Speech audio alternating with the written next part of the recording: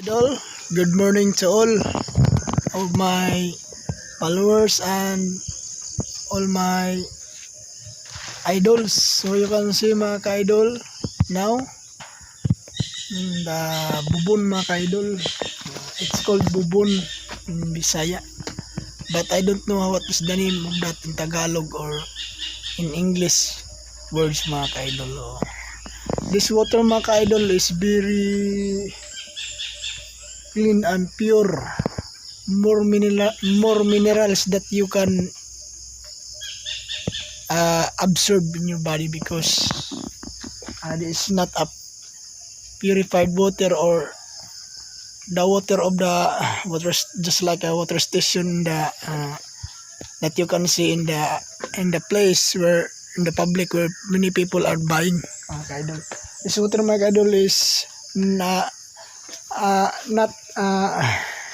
what do you mean by not processing by not undergoing the processing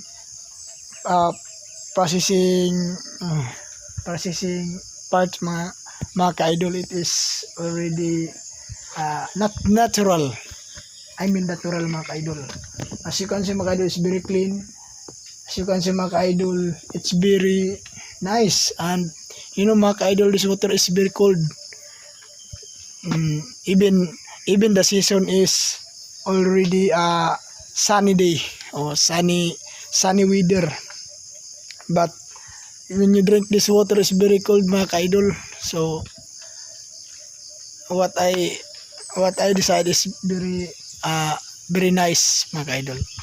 This water mga ka-idol is came from a far mountain, and it came from a deepest drum of the soil, so very clean mga ka-idol. So that's why there are many people go there in this area to go here in this area to get the water and to drink mga ka-idol. So as you can see mga ka-idol, I updated my video in this area. I will show you the area of this bubon mga ka-idol. You can see mga ka-idol, you can see the area mga ka-idol. That's the area mga ka-idol. My 2 little gallon mga ka-idol, you can see that. So I get the water by using this, and then put the water inside the little gallon, my little gallon. That's enough mga ka-idol. That's my